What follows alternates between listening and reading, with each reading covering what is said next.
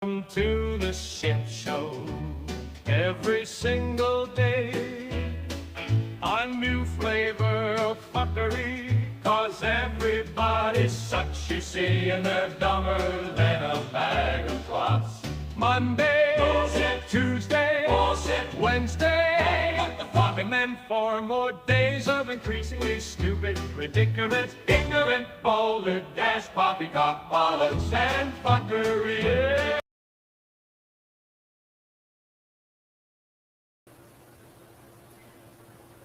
I don't know why I look like that. Why am I?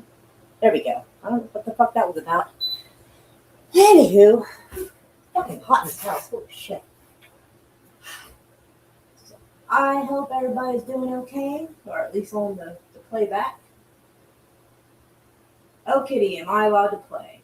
I'm afraid you have been banished to the Shadow Realm. So, possibly not. Anyway. It is 91 degrees. It is 7 o'clock and it's 91 degrees. That is insane.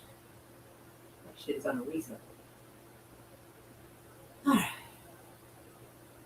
Share screen.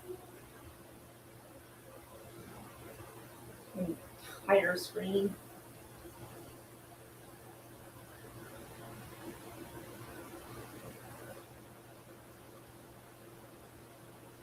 Let's go over here.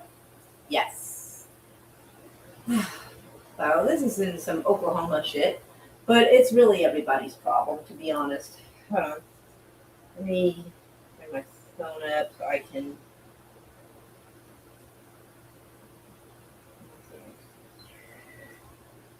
Channel.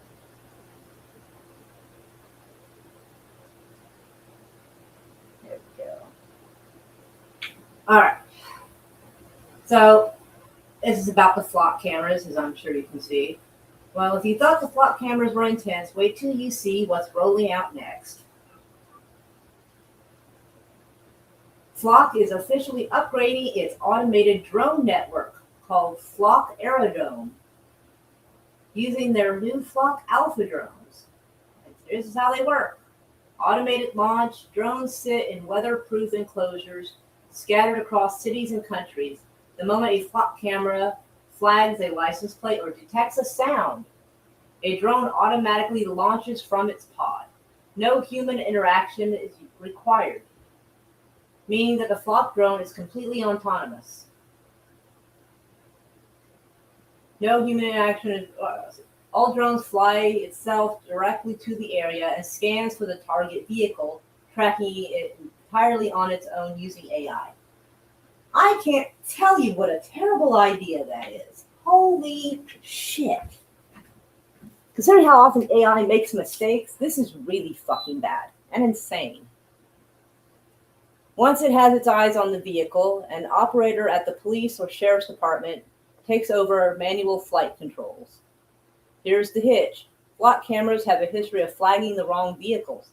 This requires 2 sets of flock identification before a human is involved. This doubles the chances of misidentification before a person takes over. Think they run out of batteries? Think again. The system uses automated docks.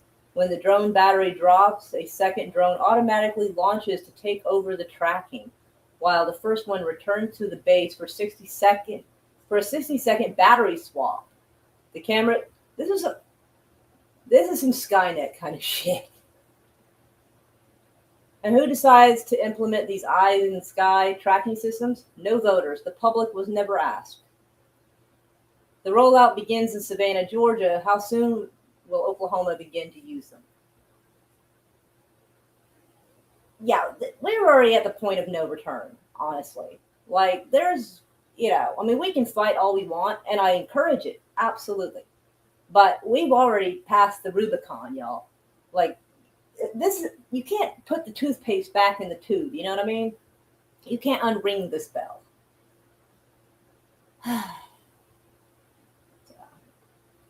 But yes, I do encourage people to destroy the flock cameras every chance you get, absolutely. So on to this one. This fucking shit show right here. Online age verification law could kill whistleblowing. And see, and that was one I hadn't actually thought of, but yeah, it makes sense. Because every time they encroach on your fucking right to do shit, it's always for the children. Bull fucking shit. I do not believe, unless we have more Epstein people in prison, you don't care about the fucking children. You care about spying on people. That's what it is. You want to control how people speak and what yeah, that's exactly what this is for. Let's go to this. Democrats and Republicans in Congress have struck a deal on a bill they say will help keep the children and teens safe online. Fuck off. The Kids Act could pass on the House floor as soon as next week. If enacted, it would fundamentally change the way everyone, not just kids, access the internet. At stake is your ability to use many social media platforms without revealing your identity. This is because the Kids Act at least strongly incentivizes, and for some services outright requires, age verification. Many platforms will turn to age verification to avoid potential liability under the law. Companies like X, video sharing services like Vimeo, and others with a history of users populating social feeds with edgy content may be required to verify users' ages because they can host a certain amount of content deemed sexual material harmful to minors, a term that the Kids Act defines broadly. That's a big problem for people who need to be able to use the internet anonymously, since, as Taylor Lorenz has previously written about in The Intercept, there is no way to reliably verify someone's age without verifying who they are. And when I heard that YouTube was going to want to start verifying ages and having scan our IDs, I was like, nah, I don't think so. And I told Raquel, this is just the start of it. And now here we are.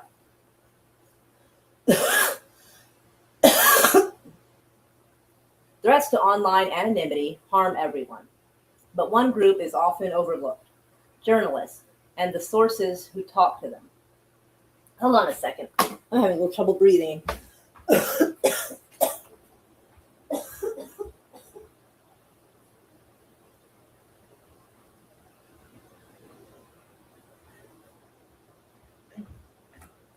Okay, sorry about that. Gotta set my seat a little further back. This screen is kind of big, so I'd rather be on the couch, but the microphone won't hear me very well, so I gotta be up close. Age verification requirements will help the Trump administration carry out its vendetta against the press by creating new avenues to identify journalists and journalists' credential sources. Oh, confidential sources. Sorry, the screen is like really fucking big, so it's kind of, I have to move my head back to see it properly. And yeah, this and think about it. Even if you support Trump, this power, once it's opened, the next president and the one after that and the one after that can use it.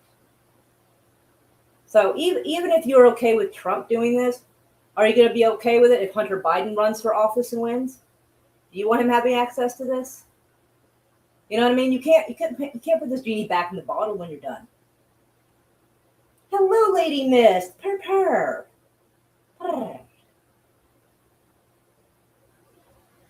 Age verification laws will create new pools of data that the government can demand when it's hunting for information about people who may have spoken to the press. So yeah, it's gonna infringe on your freedom of speech, your right to privacy.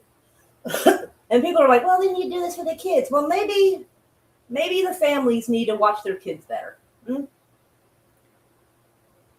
know, when my daughter was younger, I found out she was watching anime cartoons that were a little edgy. But did I get online and start saying, we need to protect the children? No. I told her, you don't need to be watching that shit, girl. And I told her she's grounded. You know? Because it's not the fucking state's business to parent my kid. Oh, won't the government protect us? Oh, fuck off. If you give up liberty for security, you don't deserve either of them.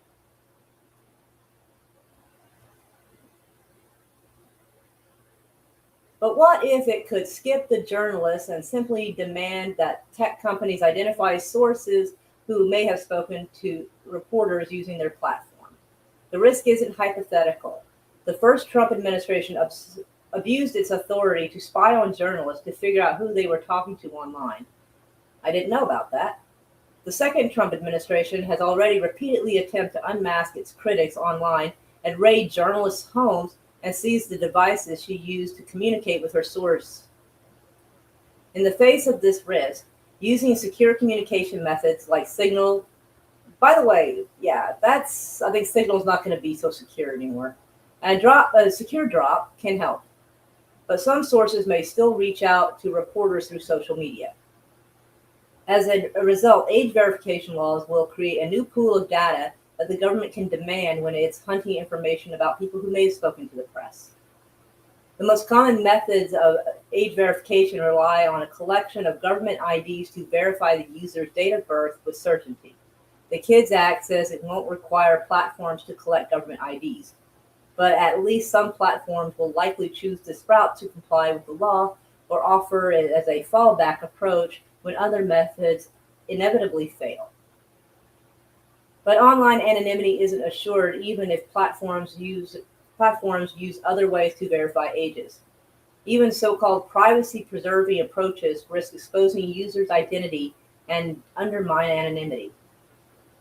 All of the methods ultimately require a platform to collect, process, and retain more data on all users, raising the risk for anonymous sources who use online platforms to contact reporters. Age verification laws will also make it difficult or impossible for journalists to use anonymous social media accounts to gather information like sock puppet accounts used to infiltrate and report on online extremist groups, or to avoid surveillance by very big tech companies they're reporting on. Reporters outside the US who publish anonymously on a platform like X or Facebook avoid the wrath of the autocratic regime will also find those entry points vanished. Pools of incredibly sensitive identity data also creates an enticing honeypot of information that malicious actors could also use to target and intimidate and chill journalists from pursuing certain stories or sources from speaking to them. Already, many age verification providers have been breached, leaking users' sensitive data and allowing others to link online activities to users' offline identity. Age verification companies may also grant access or sell the data they collect to others, like payment processors, creating another avenue for a data breach. And this, of course, because you've got to see the pattern here. This online, age verification law, all the flock cameras, the fucking data centers, that no matter how much people are voting against it, town councils are voting in favor of it because they've already taken the bribe. One town here in Oklahoma, what was it? Was it Claremore, Oklahoma? I think it was Claremore, where people went there to raise hell about it and vote against it. And it turned out the mayor of that town had already agreed to it the year prior. He agreed to it and cut the deal with the data center last year without telling anybody. So no matter how much everybody complained, there was nothing that could be done. So all these people have taken a bribe.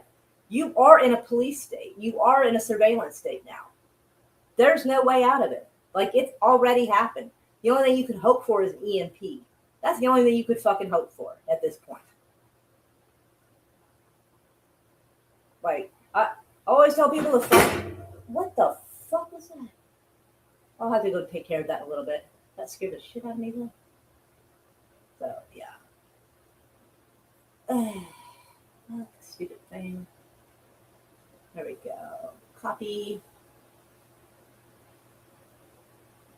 I have to use my knee as a mouse pad, so I'm a little slow on this. Here, drop these things so y'all can look at them later. Why is this not working? There we go. Anywho, go back over wherever I was. All right, next. So this is from, let me refresh this. It's 6 days ago. The anti-Hamas revolution halted after brutal crackdown. And like I've been reminding everybody since 2023, the people in Palestine have been protesting against Hamas, despite what the mainstream media is telling you. They've been trying to protest against them for years, but they keep getting thwarted, oddly enough, either by the Israelis or by Hamas. Because Hamas is really more an extension of them. You kind of like, you want to, it's like controlled opposition. Hamas launched a brutal crackdown to prevent protests calling for the end of the terror group's rule across Gaza Strip on Friday. So every time somebody goes, well, Palestinians shouldn't have been there. Well, they shouldn't have supported Hamas. They fucking don't. They haven't in years. Anyway, after demonstrations were planned in 18 locations across the Strip, the streets were unusually empty after organizers had called on Hamas to disarm and to transfer civil administration of Gaza to the Transitional Governing Authority. Don't know who those are. Hamas gunmen were seen patrolling the Strip after several days of crackdowns leading up to the day dubbed as the June 26th Revolution. Multiple arrests. So Hamas has the authority to arrest people. I do find that interesting. Beatings and death threats for those suspected of inciting or participating in the protests appeared to quell the unrest. One Palestinian in Gaza told the Telegraph, people are afraid and exhausted, torn between the desire for change and the risk of being accused of plotting a coup or collaborating with Israel. Any popular protest movement appears to have little chance of succeeding. Yeah, because when the people protest against Hamas, they're accused of being an Israeli sympathizer. And that's fucking ridiculous. You could hate two different people. Like, you know what I'm saying? Like, just because you hate one doesn't mean you like the other. Streets in the area such as Khan Yunis, Port, and Al-Qarara and Al-Nasar are eerily quiet on Friday. People are scared, another Palestinian told the Telegraph. In advance of the protest, the fatwa was issued by the Association of Palestinian Scholars, an influential Palestinian group, warning that demonstrators would be accused of collaborating with Israel, a crime punishable by death under Hamas.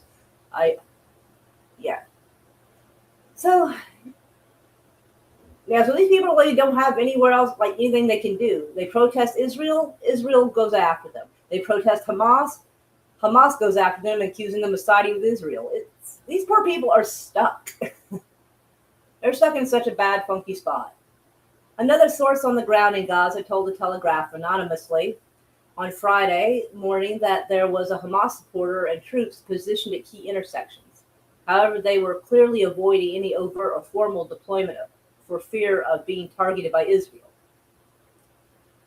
What Hamas appears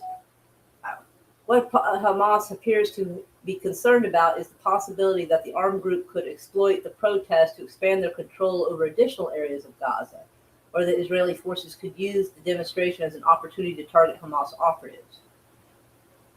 In any case, according to the activists, this is precisely what they hope to avoid. Any intervention by Israeli forces or armed militias would provide Hamas with a pretext to crack down on peaceful protests.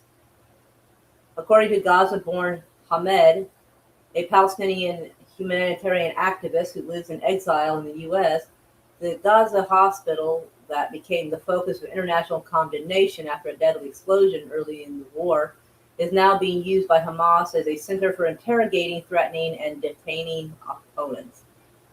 Who's writing this? Let me go back up and look at this. The Telegraph. So yeah, it's kind of a mess over there, but it has been for a long time. And speaking of Israel, and pretty much that's kind of what we're going to bitch about for quite a while, actually. But we'll get to the MKUltra stuff here in a bit. Pentagon raises Israeli spy threat as National Defense Authorization Act seeks deeper defense ties. In case y'all hadn't heard, they're also going to be merging our military with the Israeli military. What a weird thing to do when the Pentagon has raised concerns that Israel is spying more on us. What a weird thing to do. I can't figure out what the fuck they're doing. It's a complete mess. I can't make heads or tails of it, quite honestly. Let's go read this fucking mess.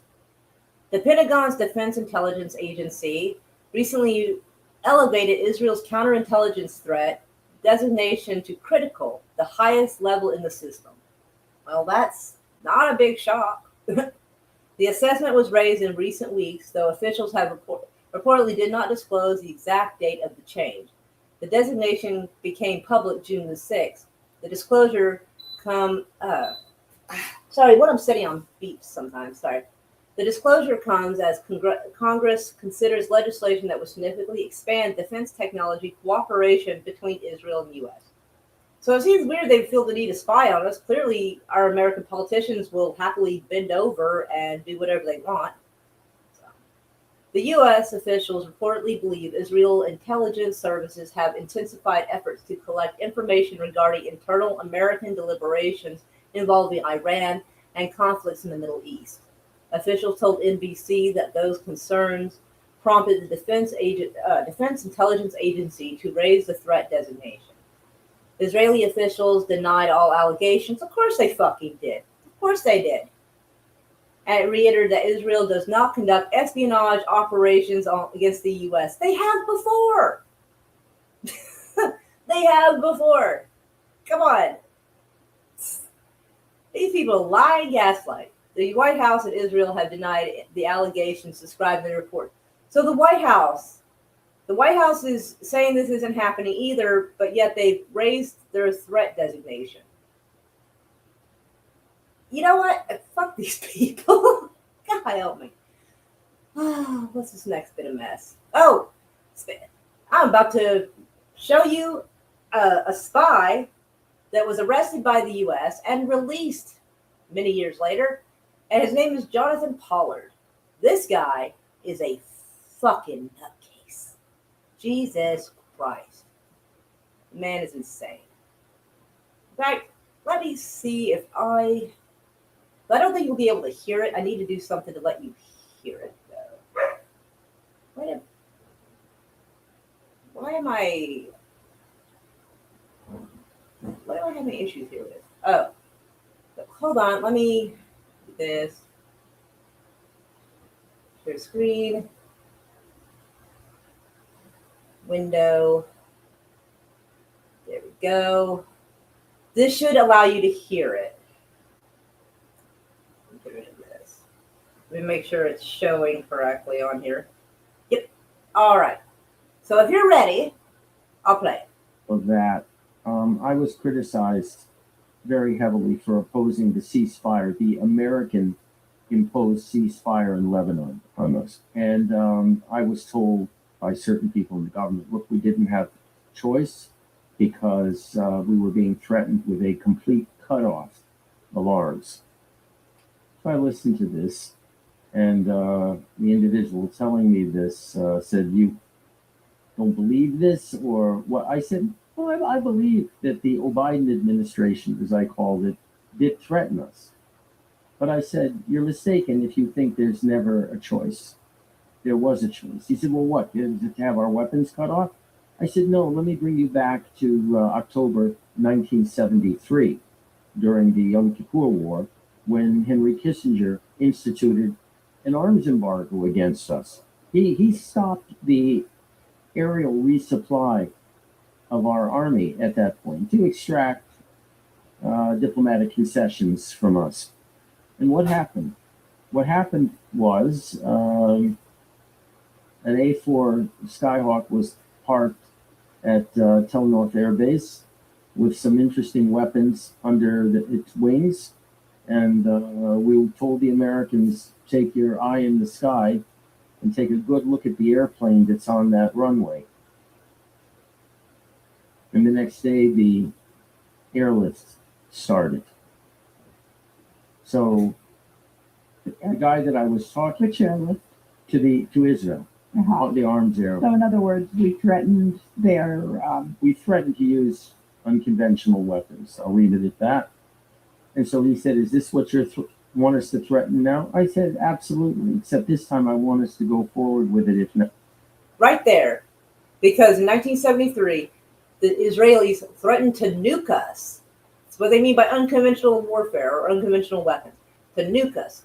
And this piece of shit right here said, yeah, we should threaten it this time. Except this time we should go forward with it. Like, I'll play that back a little bit for you. I'm good at that.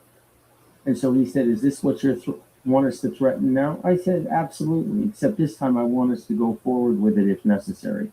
If they think we're bluffing, we go forward with it. Look, wait, some people might look at this and hear you saying these things and say, he's a dangerous dude. You know, he could, you know, blow up the entire Middle East. Well, I guess people really haven't been keeping their eyes open since October 7th because the whole Middle East has blown up. And as far as I'm concerned, when we are faced with an existential threat, we have the right to use any and all weapons in our disposal to eliminate that existential threat. But here's Let the me give you thing. an example of that. Why is this not working? There we go. Yeah, but he said any threat to them. But here's the thing. He just said that if we didn't do what they wanted, they would nuke America. That's what he's saying. So anybody who doesn't do what they say is a threat to them. These people are insane. Hey, Daniel. Meow, meow. And I was telling a new YouTube friend last night about Jonathan Pollard. I don't think he had heard of him before. But yeah, this guy is absolutely insane. He is one of the worst. But yeah, let's see. Yeah. And this next guy, I forget his name, but he is also completely insane. So let me.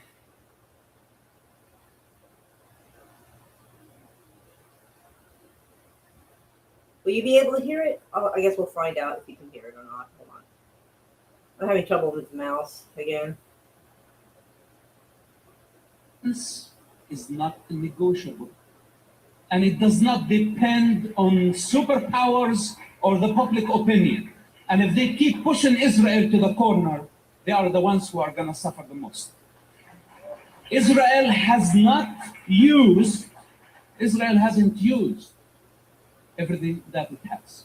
And Israel, on a purpose, did not expose the advanced weapons that it has for a very important reason.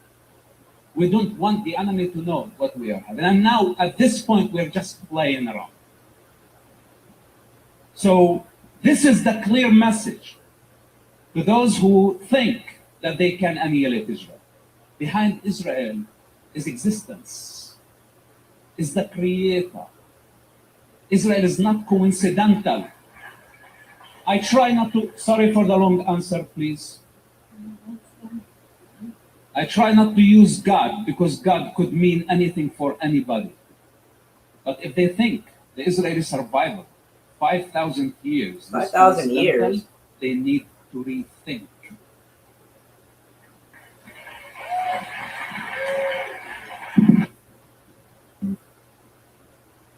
The other problem Kennedy faced with Israel was the construction of the atomic reactor at Dimona. JFK was strongly against any proliferation of nuclear weaponry. He had been assured by Prime Minister David Ben-Gurion that Dimona was designed for peaceful uses of atomic energy. In the spring of 1963, Kennedy demanded full inspections by the U.S. of the Dimona reactor and threatened to place American aid for Israel in limbo if no agreement were reached. And at the time of his assassination, negotiations were in process for biannual inspections. Those biannual inspections never happen, mind you. Can't imagine why. So I can't remember that first guy's name, that really crazy looking one. See if anyone mentions it in the thing. Ah, fuck. At some point I wanted to figure out that guy's name. I've seen him on numerous shows, including, was it Piers Morgan? And he has made some really crazy threats to people. Anyway, so Jonathan Pollard long time ago, that's the white-haired guy you saw a few minutes ago. Jonathan Pollard was arrested for spying against the United States, and he was released. I guess he spent most of his time in jail and was released. I think he was arrested in 1987, if I remember correctly. So I wondered what had happened to his handler. Well, I found out what happened to his handler. Every spy has a handler, you know. So Trump pardoned Avin Salah, Jonathan Pollard's handler. The U.S. President Donald Trump, and this was February of 2021 that he did this pardon. The U.S. President Donald Trump issued a pardon yesterday to Avin Salah, an IAF colonel who was indicted by the U.S. federal grand jury in March of 1987 on 3 counts of espionage for recruiting Jonathan Pollard to collect U.S. military secrets for Israel's government, according to a statement from the White House. Mr. Salah request for clemency is supported by the Prime Minister of Israel. Of course. Yeah. The ambassador to the United States, Ron Dermer, a bunch of other fucking people. Miriam Edelson gave $100 million to Trump's campaign. She owns Trump. The state of Israel has issued a full and unequivocal apology and has requested the pardon in order to close this unfortunate chapter in the U.S.-Israeli relations. So when they're like, we wouldn't spy on them, we don't do that. They have. They grab their pearls and act so offended that we are accusing them of things they have actually done. Fuck. Oh, and a while back. Oh, hi, Brett. Meow, meow. How are you? Brr. But, my brain kind of went. Anyway, so I ran across another article. And let's see. Holy Grail find. The archaeologists claim they may have uncovered ruins linked to the Ark of the Covenant. Now, for the last couple of years, I've kind of wondered if some of this bombing that Israel is doing might correlate with Christian-related artifacts. Because, whoever wins writes the history books, right? Well, I did wonder that. So I decided to look at it. And, let's see. This kind of discovery may sound more like Indiana Jones than archaeology. Blah, blah, blah. Researchers digging in Israel, probably fucking Palestine, uncovered ruins linked to the Ark of the Covenant. And one might ask, well, where is it that they're digging? Oh, it's an ancient site in the West Bank. The West Bank, even by Israel standards, is still not actually part of Israel. West Bank and Palestine, Gaza, they're doing their best to take over, and they are, but it is technically still the West Bank. It is still not technically part of Israel. So, not a big shock, but whatever. So, of course, they've been tearing up the West Bank for quite a while. Let's see. Does it say when they found this? Because this is the 30th of June is when the article was done. But I don't know if it's showing us when the site was found.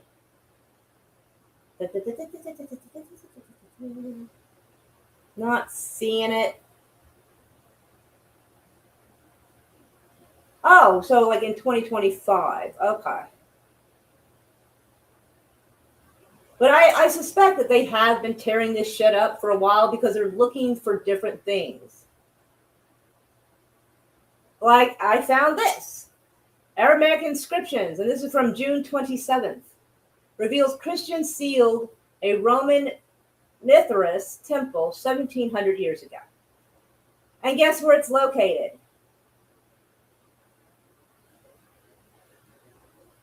In the southeastern part of Turkey. And guess what Israel said they're planning on doing? They plan on going after Turkey as well. They want to go after Egypt and Turkey. Oh, hi, Roadkill. Meow, meow. And just for the fuck of it, hold on. So let me get to this part here.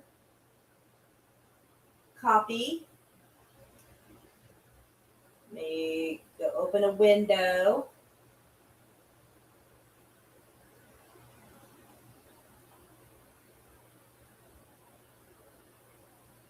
In fact, let me do this a little differently. Share screen. Entire screen. This will make it a little easier for me to share. Okay.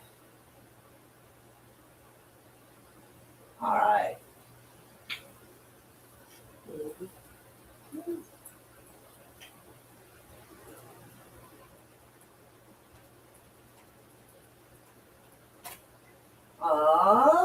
Then we do our click paste.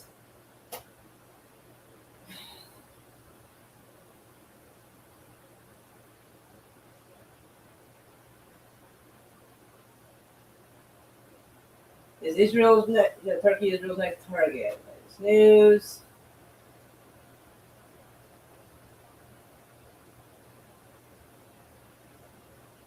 Well, apparently Bing does not like to give me the same information as others, apparently. Let's see if there's news. Oh, okay. Well, they're making it difficult on me a little bit here.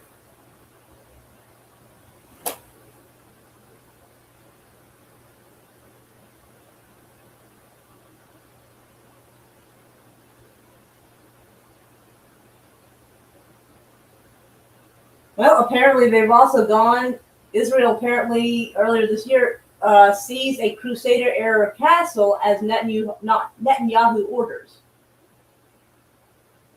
and that's in southern Lebanon, though.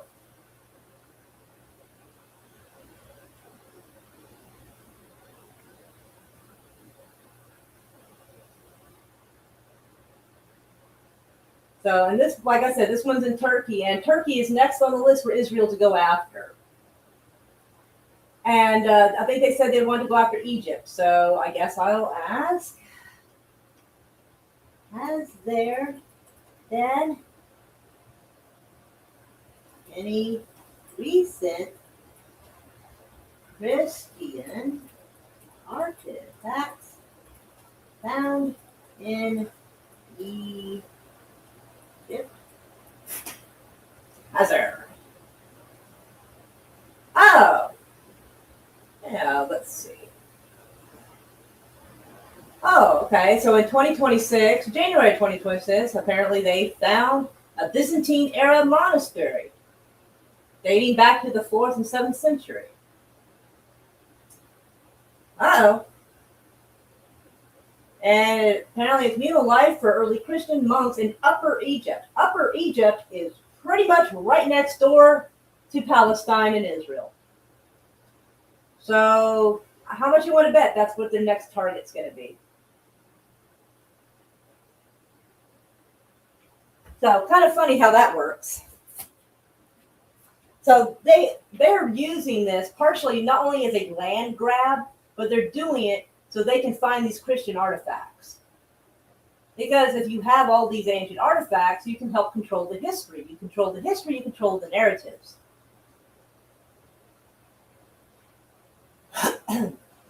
So, yeah, we can put this like on a bingo card and see if I get it right.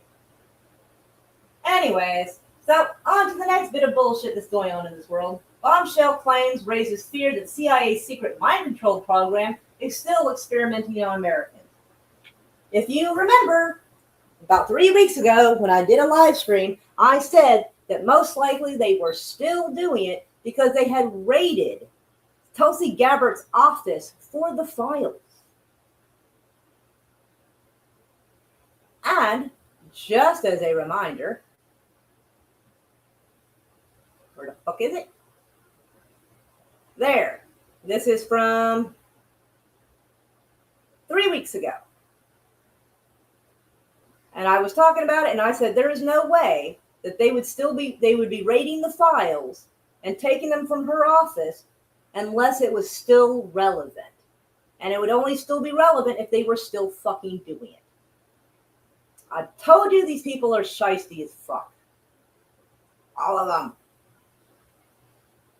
Anyway, The CIA's Wild West era of mind control, bioweapons, and secret human experiments may still be going on. Bombshell testimony at a congressional hearing alleges.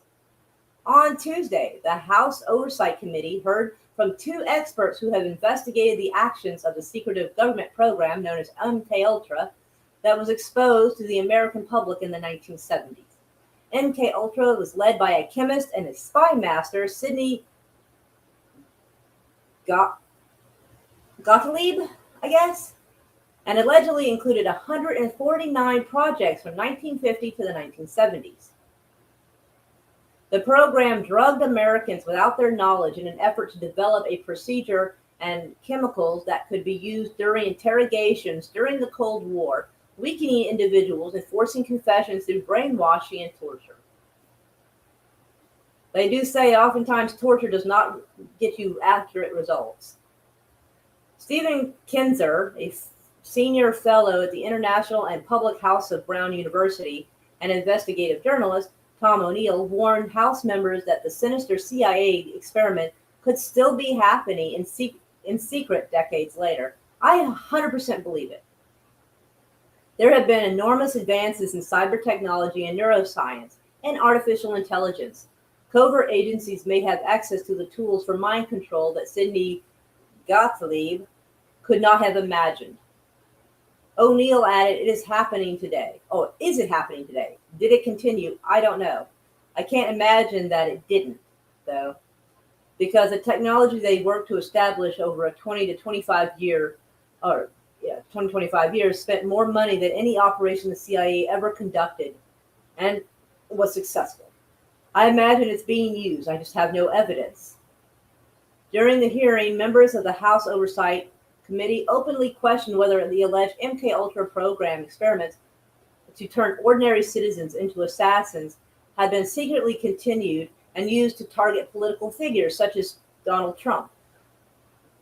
I honestly still think that was, at least one of those was a setup by him to try to get sympathy points. I can't imagine 3 or 4 people are that bad at shooting. Really? Like, look, gave them the confidence.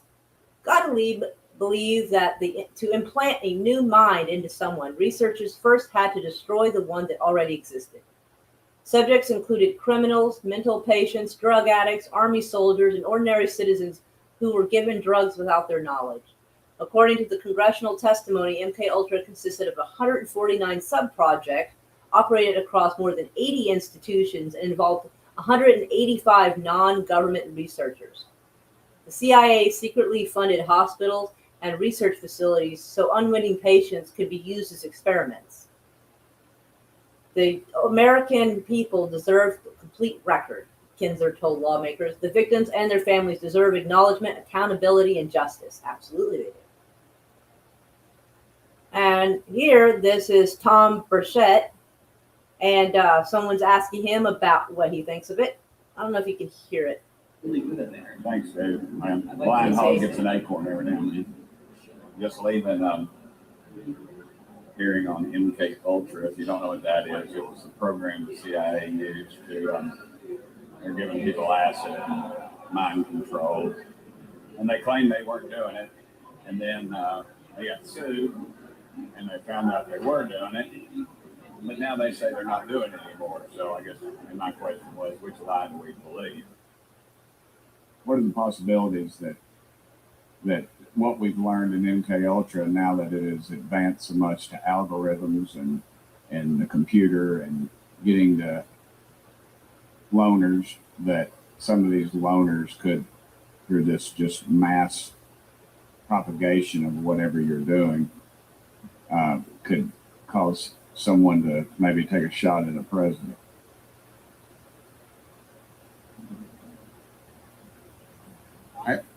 I know there's a lot of speculation out there about the Butler shooting, and I guess even the Charlie Kirk shooting. I just hate to speculate because I don't know. I have no firsthand knowledge whether those guys were programmed through radio waves or through their computer activity. So I would never hazard a guess. I have to stop that part. It's interesting that he said radio waves or computer activity. I feel like he kind of slipped and said something, or he's trying to slip it in there that maybe it was or wasn't MKUltra, but radio waves is a possibility. I think that's interesting. Except to say what I've already said, that they developed means that we've never been told about many years ago, and I imagine they've evolved to be much more effective now as well. Let me interrupt you one more time, and I apologize again. But don't you think that they could cast this broad net through these algorithms and other things, and maybe they don't know the exact person it's going to affect, but they know what type of person it's going to affect, and they know it's going to happen, and that way they can't predict when it's going to happen, but they think it will happen, and then that way they can sort of wash their hands of this whole thing and say we didn't have anything to do with it, but in effect they really did, because they put this out there and they continue to put it out there through whatever method you're talking about. Go ahead, guys. I'm sorry, ma'am. If you want to jump in, okay, doctor, go ahead. It sounds to me like you're describing something like the Martin Luther King assassination. The FBI didn't carry it out, but it created such a climate.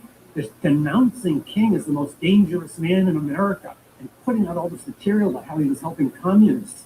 They must have thought it's going to filter down. Somebody will take action, and then we can say we didn't have anything to do with it. James Earl Ray was a third-rate thief.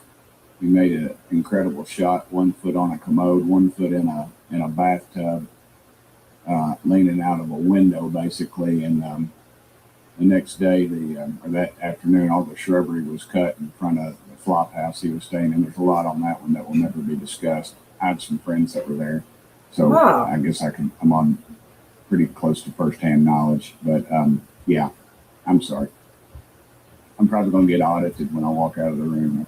I think you should be. I think you should be audited, sir. I think I want to hear what he's got to say about that matter. You know what I mean? Like, really? You look at the guy right here. The dude, like, right over his shoulder. Looks like he's kind of raised an eyebrow, like, what? Aw, thank you, DJ Play Nice. I send you hugs. So, yeah, the shit's getting wild. All right, and on to the next subject.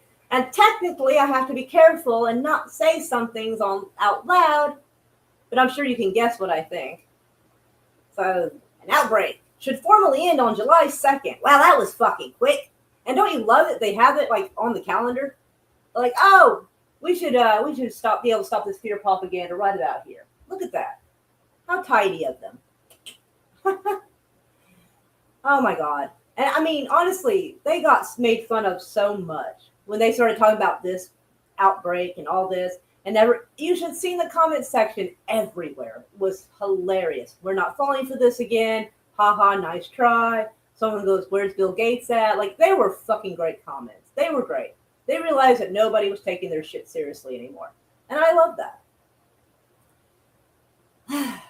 And don't think it ends here, because they are still trying to pressure you. They are putting it everywhere. So the U.S. military is racing to do this, get new recruits before the shots expire. So they're trying to hurry up and get rid of it. Like,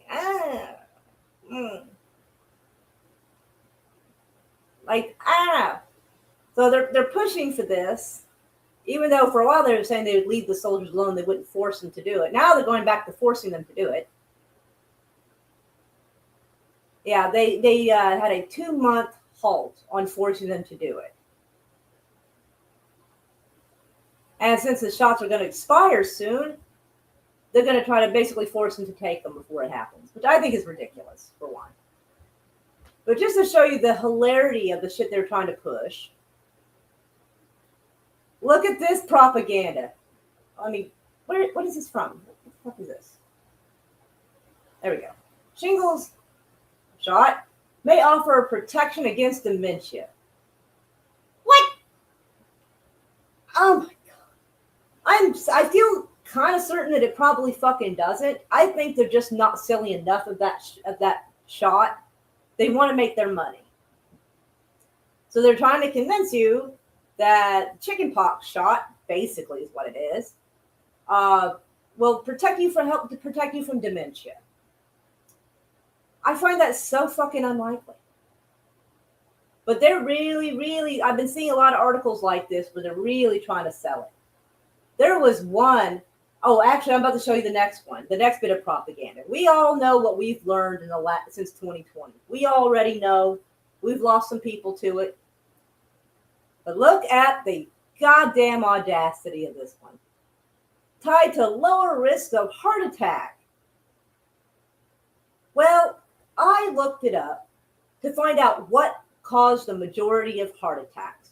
The majority of heart attacks, I would say probably close to 90%, is caused by blood clots from the plaque and blocked arteries. So I looked it up. I said, does this shot reduce the plaque and clotting in your arteries? And it said, no, it doesn't. So I'm like, okay. So yeah, apparently, supposedly, these were associated with a lower risk of major adverse cardiovascular events. I feel like we saw the exact fucking opposite. Among over 1 million veterans who received the 2024-2025 shot, the effectiveness was 37%. Well, I find that incredibly interesting. And do I have it up or do I have to go find it? Do I have to go find it? I do. But I will. I will go find it for you because, oh, I love y'all. All right. Let me go type it in because I had a lot of information on my phone. And so I don't always have it on the same device. So let me go look.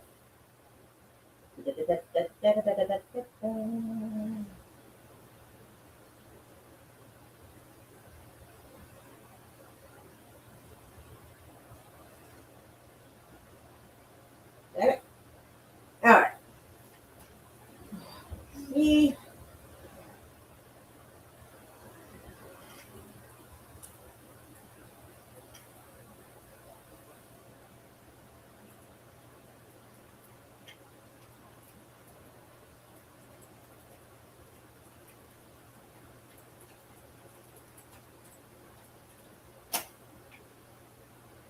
Oh, so it's not trying to type this shit now. Okay, hold on.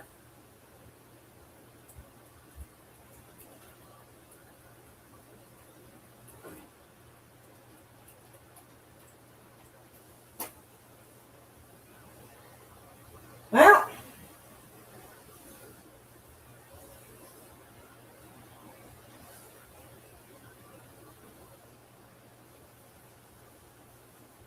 so let's see. Cardiovascular news does say that violent heart warnings. That.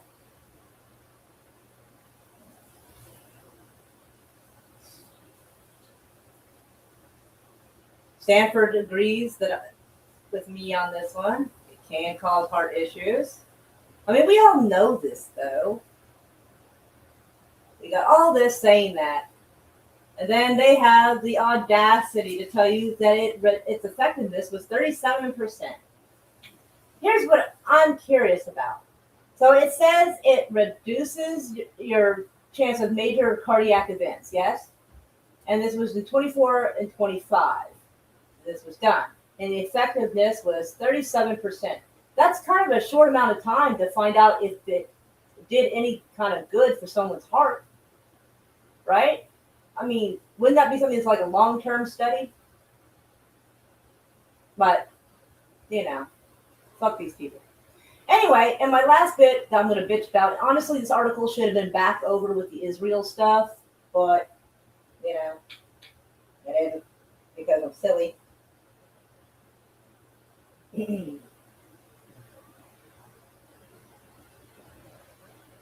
me make sure okay, there we go. As Arab sector violence soars, Israel's imams, mind you, in case you didn't know, is an Islamic minister, basically. Israeli imams complete leadership program to combat crime. That sounds like they have basically opened an, finger quotes, Islamic school and are basically teaching the imams. The Israelis are teaching the imams what the Israelis want taught to the Muslims, basically. So they're sending them out there to control the message they're being given. They're sellouts, basically. But let's look at this. Israel has an obligation to protect all its citizens. President Isaac Herzog told 58 imams graduating on Thursday from a joint open university and interior ministry initiative aimed at reducing crime in the Arab sector. The year-long imams has community leaders program. Imams as community leader program brought Islamic leaders across the country to Jewish majority city of Rayana each week to study community resilience, conflict resolution, and violence prevention strategies for communities torn apart by crime. As Herzog noted, more than 140 Arab citizens of Israel have been murdered since the beginning of the year, with a major incident in Jaffa, Haifa, I don't know, this thing is Jaffa, and Holon over the last week. Car bombings in both cities left multiple people severely injured.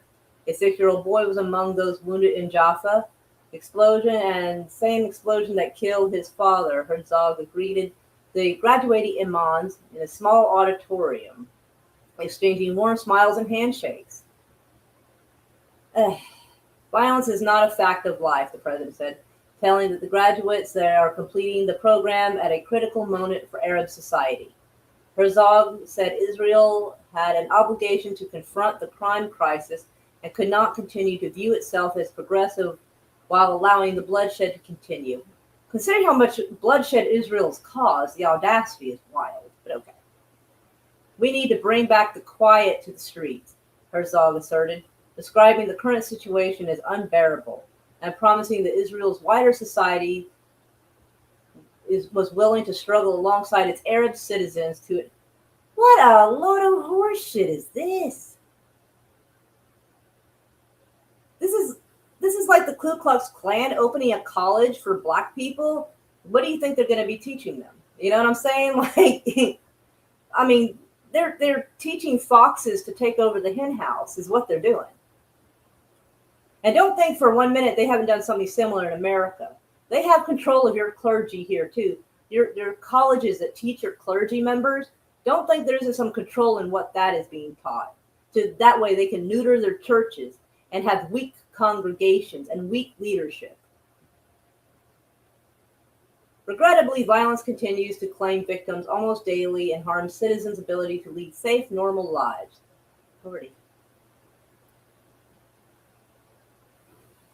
Arab crime crisis. God's sakes. I find this so unbelievable. They made a weekly journey because of several ongoing type of crime. I came because this course is very important, especially considering everything that has been happening in Arab society. What's happening to Arab society is, I think, probably more accurate.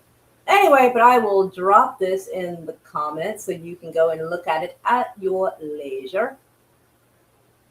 Get my way back over here. So I do find these articles interesting, and you might want to as well. But yeah, but if you think I'm being full of fluff about our government and outside forces controlling what your clergy learns, look up, I think it's the FBI infiltrating the clergy, or the CIA. It could have been both. I can't remember which one. I think they both had a part in it. And you will see that even as recent as the early 1990s, they were infiltrating the ministry so they could control the congregations and control the citizens. I'm sure they have improved their skills since then. So yeah. So remember, trust pretty much nobody. Certainly don't trust too many people with much of a platform because they're being allowed to speak for a reason. That's why I have 3 people listening to me, because I'm not bought. Anyway, I love you. I appreciate you coming to see me.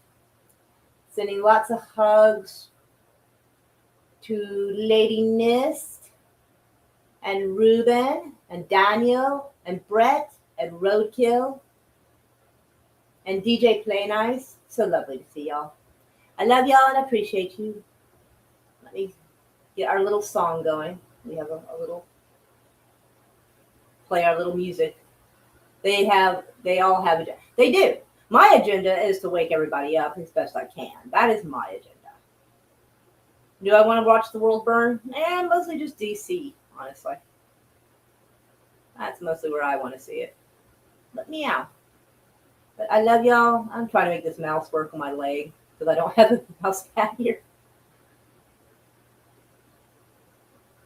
To the ship show every single day.